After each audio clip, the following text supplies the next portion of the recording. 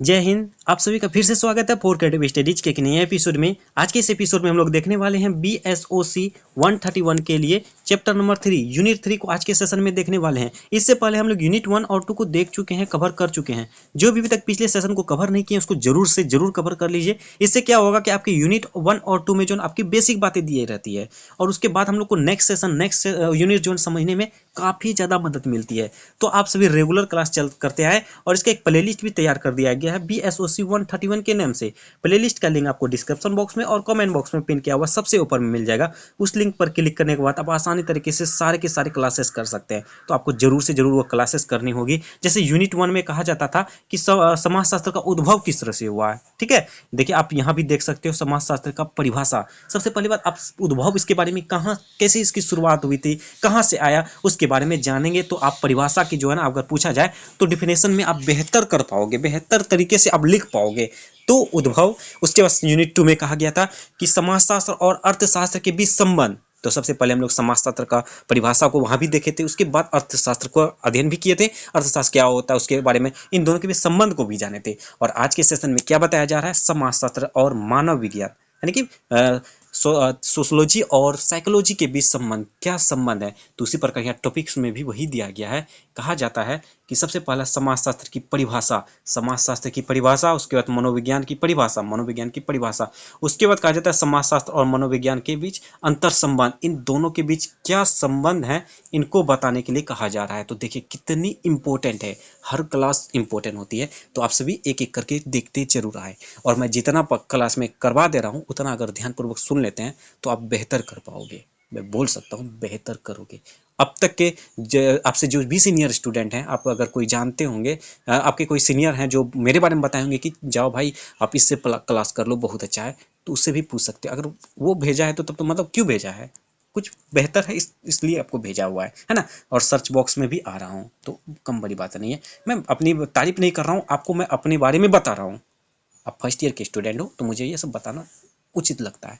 ठीक है, तो आप सभी जो है ना सही जगह पे आए हुए हैं। तो चलिए सबसे पहले बात हम लोग देख लेते हैं समाजशास्त्र की परिभाषा के बारे में। समाजशास्त्र की डिफिनेशन होता क्या है। इससे पहले हम लोग समाजशास्त्र का उद्भव के बारे में जाने थे, जैसे कि 18वीं शताब्दी 19वीं शताब्दी जो यूरोप से इसकी शुरुआत हुई थी, इसके बारे में हम लोग समझे थे। बहुत बहुत प्रकार के समाजशास्त्री जो अलग अलग प्रकार के कथन दिए हैं।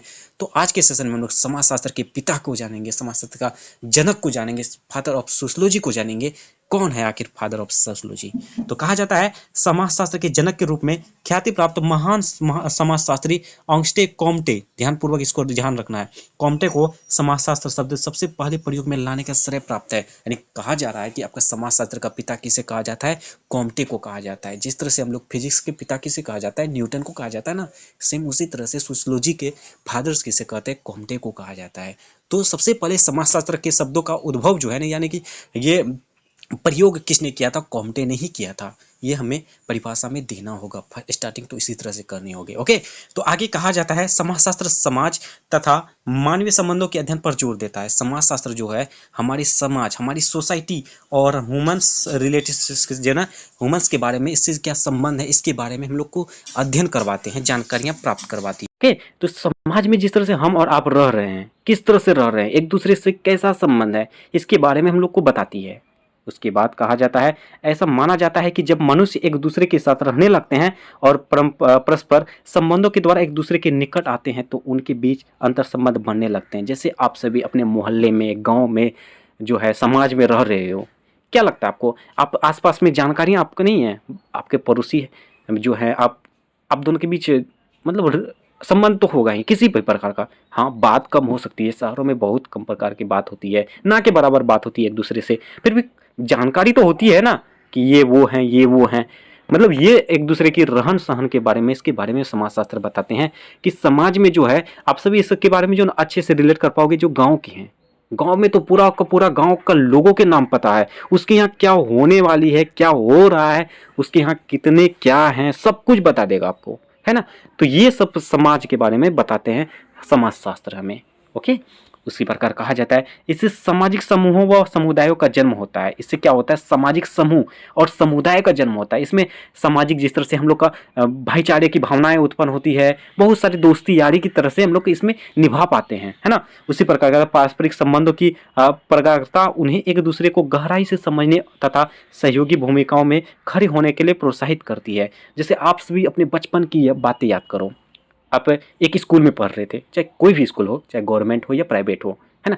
तो आप जब अपने नज़दीकी स्कूल में जो पढ़ रहे थे, तो क्या आपके सोसाइटी के जरूर से जरूर आपके वहाँ सोसाइटी के जो फ्रेंड्स जरूर होंगे, है ना, जरूर होंगे। वो क्या होता है, यही समाजशास्त्र के बारे में बताता है। आप स्कूल गए, स्कूल में आप एक दूसरे के बारे में जाने समझे, उसके बाद धीरे धीरे धीरे गांव के बारे में समझे। हाँ भाई, मेरा घर वहाँ पे है, तेरा घर कहाँ है? हाँ हाँ, मेरा भी वही मोहल्ला में है, वही गली नंबर 13 में ही है। अच्छा, तो शुरुआत में ही आपका है? हाँ हाँ, मेरा भी शुरुआत में ही। नहीं नहीं, मेरा तो अंतिम में है। चलो भाई, एक ही गली में है। ठीक ठीक बात।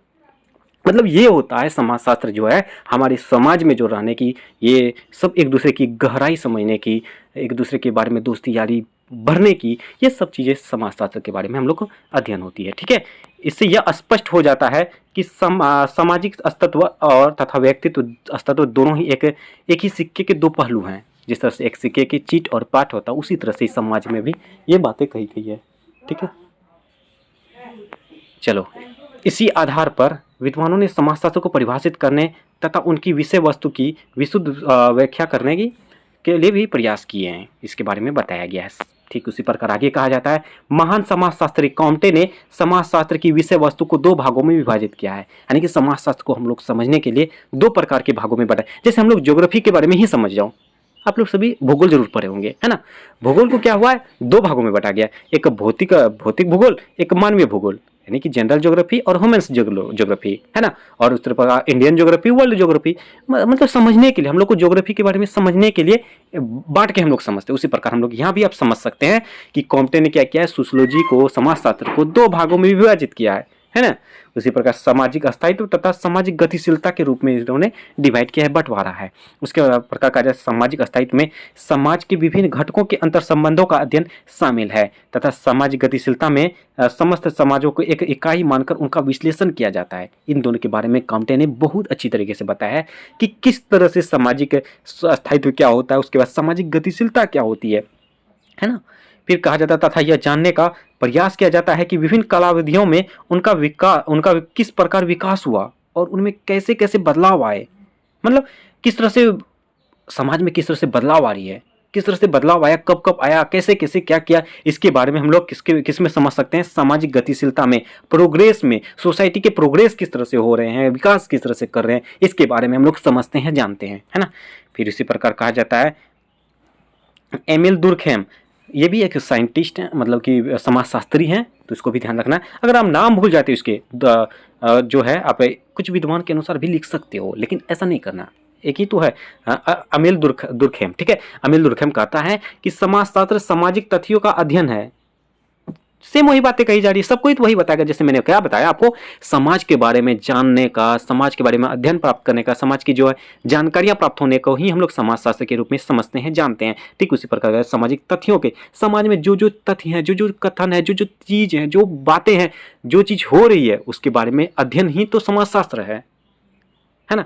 एमिल दुर्कहेम भी तो वही कह रहे हैं। फिर कहा जाता है, समाजशास्त्र को मानव जीवन का वैज्ञानिक अध्ययन कहा जाता है। मानव जीवन का क्या होता है, वैज्ञानिक अध्ययन। हमारी और आपके बीच जो है चल रही है, उसके अध्ययन को, उसके साइंटिफिक नेम को, उसके अध्ययन को ही हम लोग समाजशास्त्र के रूप में जानते हैं, मानते हैं। ठीक है, यहां तक समझ में आ गया। समाजशास्त्र का क्षेत्र बहुत व्यापक है, समाजशास्त्र सही में बहुत बड़ा है, बहुत व्यापक है, विशाल मान सकते हो। ठीक है, जिसमें मनुष्यों के दिन प्रतिदिन के संपर्कों, संबंधों व सामान्य व्यवहारों से लेकर विश्व भर के समाजों का तुलनात्मक अध्ययन सब तब तक सब समाहित है। जैसे आप मान के चलो, मैं अब अभी दूर में हूँ, ठीक है, आप मान के चलो दिल्ली के हो, मैं बिहार से हूँ, ओके, मैं बिहार का हूँ और मेरे कॉन्टेक्ट में बहुत सारे स्टूडेंट हैं, कोई दिल्ली के, पंजाब के, हरियाणा, चंडीगढ़, बिहार के भी हैं, उसके बाद यूपी, मतलब एमपी हो, वेस्ट बंगाल हो, महाराष्ट्र हो, मुंबई हो, कहीं भी हो, सभी जगह के स्टूडेंट कांटेक्ट में। तो हमारे बीच जो है रिलेट, जो कांटेक्ट हो रही है, वार्तालाप हो रही है, आप सभी हमारे साथ जुड़ रहे हो, ये भी एक प्रकार का समाज समझ सकते हैं हम लोग, है ना। हमारी व्यवहार के बारे में समझ चुके हैं, मेरे बारे में आप जानते हैं, आपके बारे में मैं जानता हूँ। आपके कमेंट्स से हम समझ सकते हैं कि हाँ विद्यार्थी जो है ना, हाँ सच में पढ़ने वाले हैं, है ना। इसके बारे में हम लोग समझ सकते हैं, आपके कमेंट्स से हम समझ सकते हैं। कोई भी स्टूडेंट बोलता है कि सर मुझे ये शब्द नहीं समझ में आया, तो वो पढ़ने का इच्छुक है, तो मैं उसके बताता हूँ, उसका कमेंट में रिप्लाई देता हूँ। अगर उसका सही में क्वेश्चन कुछ हाई लेवल का था तो मैं अलग से वीडियो भी बना देता हूँ उस पर। एक दो क्वेश्चन स्टूडेंट तो ऐसा कहा है कि सर मुझे ये क्वेश्चन का आंसर आप अच्छे से बता दो। कई तो हिस्ट्री के भी बताए हैं और पॉलिटी के भी आंसर कमेंट बॉक्स में उन्होंने क्वेश्चन पूरा लिख दिया, मैंने उसको हुबहू बना के एक आंसर बताया। मतलब एक दूसरे के बारे में समझा जाना, तो यही तो समाजशास्त्र है भाई, है ना। यही कहा जा रहा है समाजशास्त्र की परिभाषा के बारे में। उम्मीद करता हूँ समाजशास्त्र की परिभाषा आप बहुत अच्छे तरीके से, सरल तरीके से आप समझ चुके होंगे। 10 मिनट में हम लोग परिभाषा समझ चुके समाजशास्त्र का। अब 5 मिनट में हम लोग मनोविज्ञान का परिभाषा भी समझ सकते हैं, बहुत ईजी है ना। मनोविज्ञान, मनोविज्ञान शब्द का उद्भव ग्रीक भाषा के दो शब्दों यानी साइकी तथा लागोस से हुआ है, यानी कि साइकोलॉजी, साइकोलॉजी हम लोग बोलते हैं साइकोलॉजी, साइकी, यहाँ पे देखिए साइकी और लागोस से लिया गया है। साइकोलॉजी को हम लोग साइकी और लागोस से लिए हैं। साइकी का मतलब होता है आत्मा अथवा प्राण, इसके बारे में हम लोग यूनिट 1 में भी चर्चा कर चुके हैं, है ना। उसके तो लागोस का अर्थ होता है अर्ध ज्ञान, मतलब ज्ञान या खोज, ठीक है। देखिए साइकी मतलब होता है आत्मा या प्राण, हमारी आत्मा और आपके प्राण। उसके बाद लागोस का अर्थ क्या होता है, ज्ञान या खोज, नई नई चीजों की खोज, नई नई ज्ञान की प्राप्ति होती है। जैसे अभी आप सभी देख रहे हो, यहाँ तक वीडियो देखे हुए 11 मिनट तक, तो आप सभी को ज्ञान प्राप्त हो रहा है, एक नई खोज मिल रही है कि मनोविज्ञान का परिभाषा क्या होता है। एक प्रकार का नया खोज हो रही है आपके माइंड में, आपके मस्तिष्क में, है ना। तो ये भी एक प्रकार का साइकोलॉजी है। मनोविज्ञान का विकास एक स्वतंत्र विषय के रूप में 1879 में हुआ है, इसको भी ध्यान रखना है। और विल्हेम्स वुंड ने जर्मनी के लिपजिग विश्वविद्यालय में मनोविज्ञान की प्रयोगशाला में स्थापित की, ये भी हमें क्या करना है, ध्यान रखना है। उसी प्रकार आरंभ में मनोविज्ञान को चेतना के विज्ञान के रूप में परिभाषित किया। शुरुआती तौर पर क्या हुआ है, ये मनोविज्ञान को चेतना के विज्ञान के रूप में हम लोग इसको शुरुआत किए थे। एक होता है ना कि बहुत सारे संशोधन, संविधान में भी संशोधन किया जाता है ना, नाम बदलता, उसके बाद कार्य जो होती है, कार्य के बाद उसका नाम बदलते हैं। ठीक उसी प्रकार हम लोग साइकोलॉजी में भी समझ सकते हैं। इससे पहले जब साइकोलॉजी शुरुआत हुई थी, इसमें हम लोग चेतना के विज्ञान के बारे में जानते थे। अब हम लोग हमारे प्राण के बारे में, हमारे आत्मा के बारे में जानते हैं, समझते हैं। साइकोलॉजी तो वही है, आपके मस्तिष्क को हम लोग समझ सकते हैं, आपके IQ क्या है, आपकी क्षमता क्या है, इसके बारे में जानना ही साइकोलॉजी होती है। साइकोलॉजी बहुत कुछ सिखाती है यार। आप साइकोलॉजी अच्छे से अगर पढ़ लियो ना, तो आप सामने वाले को देख के समझ सकते हो। बहुत सारे देख रहे होंगे जादूगर, आपके माइंड को पढ़ लेता है, साइकोलॉजी है, वो साइकोलॉजी पे ज़्यादा फोकस किया हुआ है ना। उसी प्रकार कहा जाता है गद्या सरल शब्दों में मनोविज्ञान को मानव व्यवहारों तथा अनुभवों के सिलेवार अध्ययन के रूप में परिभाषित किया जा सकता है। अभी जैसे मैंने वही बताया, वही बात कही जा रही है। और मानव विज्ञान विद्वेरन 1990 के अनुसार कहा जाता है कि मनोविज्ञान मनुष्यों के व्यवहारों को उनकी अनुभूति प्रणालियों का विज्ञान है। मनोविज्ञान के अध्ययन के दायरे के मनुष्यों की मानसिक अनुभूतियाँ एवं संबंधित गतिविधियाँ जैसे धारणाएं हो गया, संज्ञान, भावनाएं, इन सभी का सामाजिक वातावरण पर प्रभाव आदि सब शामिल है। समाजशास्त्र साइकोलॉजी, मनोविज्ञान यही कहा जाता है, ठीक है। तो ये हुई मनोविज्ञान का परिभाषा। अब हम लोग इन दोनों को रिलेट करेंगे, क्या संबंध है इसके बारे में समझेंगे। जैसे कल हम लोग समझे थे क्या, समाजशास्त्र और इकोनॉमिक्स यानी अर्थशास्त्र के बारे में संबंध, है ना। तो आज हम लोग साइकोलॉजी को संबंध करेंगे। इसमें कहा जाता है कि समाजशास्त्र और मनोविज्ञान दोनों का सामाजिक विद्वानों में सबसे महत्वपूर्ण स्थान है। यानी कि समाजशास्त्र और मनोविज्ञान दोनों का जो ना, ये सामाजिक विज्ञान के में जो ना सबसे महत्वपूर्ण स्थान है, इक्वल में माना जाता है, फर्स्ट में माना जाता है। अहम योगदान है ये दोनों का समाजशास्त्र के बारे में समझने के लिए। क्लियर। उसी प्रकार के स्वतंत्र एवं पृथक विषय होते हुए भी, स्वतंत्र और पृथक है, ये पृथक लिख दिया, पृथक होते हुए मतलब कि स्वतंत्र, ये आजाद होने के साथ साथ ये पृथक अलग अलग होने के बावजूद ये विषय जो दोनों अध्ययन के केंद्र में मानव जीवन के विविध पक्ष की ही है। मनुष्यों के अतिरिक्त जीवधारियों की अन्य प्रजातियां अपने अस्तित्व को बनाए रखने तथा जीवन जीने के लिए भौतिक परिस्थितियों के प्रति अनुकूलन की प्रवृत्तियां तक ही सीमित रहती है। यही बातें इसमें कही जा रही है। देखिए वही को हम लोग रिलेट कर रहे हैं, एक दूसरे का जोड़ रहे हैं, ठीक है। जबकि मनुष्य व्यवहार पद्धतियां सदैव सीखते रहते हैं। ये साइकोलॉजी कह रहा है कि मनुष्य जो व्यवहार, इसकी पद्धतियां रेगुलर बेस में सीखते रहते हैं, नई नई चीजें सीखते हैं, अनुभव के अनुभव। आप जैसे अनुभव कर पा रहे हो, अब अगर आप अभी जो ना इस सब्जेक्ट में फेल हो जाओगे, आपको वीडियो नहीं देख रहे हो, फेल हो जाओगे, तो आपको एक अनुभव होगा, यार काश मैं अभिषेक सर की क्लास कर लेता तो मैं पास हो जाता, मैं अच्छा स्कोर कर पाता। मेरा 50 नंबर आया है तो मैं अगर अभिषेक सर की सारी क्लासेस कर लेता तो काश मुझे 80 आ जाता। यार ये क्या हुआ, अनुभव हुआ। तो आप नेक्स्ट ईयर में नहीं करोगे ऐसा गलती। तो ये भी एक मनोविज्ञान है, ठीक है। जानवरों की प्रवृत्तियां आनुवंशिक प्रतिबद्धताओं से प्राप्त होने वाले निर्देशों से संचालित रहती है। या जानवरों की जो प्रवृत्ति है, आनुवंशिक सब प्रतिबद्धता है, ये भी प्राप्त होने के निर्देश यानी कि इसके बारे में स्ट्रक्चर हम लोग को संचालित करती रहती है और वे उन्हीं के अनुरूप व्यवहार करते हैं। और जिस तरह से आप व्यवहार है उसी प्रकार ये भी व्यवहार करते हैं। जैसे हम और आप में क्या है, व्यवहारिकता। जिस तरह से अगर मान के चलो मैं ही अभी गाली गलौज करता रहा हूँ तो आप क्या करोगे, आप भी तो करोगे वही। यार मास्टरवा ही तो पागलवा है, हम भी तो वही है। मतलब जिस तरह से आप सामने वाला रहेंगे उस तरह से आप वार्तालाप करोगे, है ना। फिर कहा जाता है पशु पक्षी अपने जीवन काल में जिन जिन कार्यों को संपन्न करते हैं उनके लिए उन्हें निर्देश भी आनुवंशिकता से ही प्राप्त होता है। ठीक वही बातें कही जा रही है। हरलाम बोस और होलबर्ग के उदाहरण के लिए पक्षियों में अपने लिए तथा बच्चों के घोंसले बनाने की प्रवृत्ति होती है। पक्षियों के लिए क्या होता है, वो पक्षी क्या करते हैं, वो खुद के लिए और अपने बच्चों के लिए घोंसले बनाते हैं, है ना। उसी प्रकार अलग अलग प्रजातियां के पक्षी अलग अलग तरह के घोंसले बनाते हैं। देखिए बहुत प्रकार के पक्षी आप देखे होंगे। कुछ कुछ पक्षी जो है पेड़ के अंदर भी रहते हैं, कुछ जो पुआल के लेकर बनाते हैं, कुछ जो है ये बांस के छोटे छोटे टुकड़े को लेकर बनाते हैं। मतलब अलग अलग पक्षी के जो अलग अलग प्रकार के घर टाइप के घोंसले टाइप के होते हैं। कुछ जो ना वो लत नहीं होता है उससे भी बनाते हैं। आप सभी जानते होंगे, इससे परिचित है ना। इसके ठीक विपरीत मनुष्यों के मस्तिष्क सामाजिक संस्कृतियां, रीति रिवाजों, परंपराओं, मान्यताओं तथा मनुष्यों मूल्यों से प्रभाव और ग्रहण करते हैं। क्या हम लोग घोंसला में रह सकते हैं? आप बताओ, क्या आप घोंसला में रहते हो, पक्षी की तरह रहते हो? नहीं ना। हम लोग एक घर टाइप का बनाते हैं, मकान बनाते हैं, झोपड़ी बनाते हैं, उसमें रहते हैं। हमारी और पक्षी में दोनों में भिन्नताएं हैं, है ना। हम जो है सोसाइटी में किस तरह से रहते हैं। अब मान के चलो सिर्फ रहना ही नहीं है ना, समाज में रहना सिर्फ नहीं होता है। हम एक दूसरे से भाईचारे की भावनाएं रखते हैं। संस्कृति हमारी जैसी कल्चर हैं, जो भी कास्ट के लोग हैं सभी अपने अपने धर्मों का अपने अनुसार वो पूजन करते हैं, है ना। तो वही प्रकार की बातें कही जा रही है।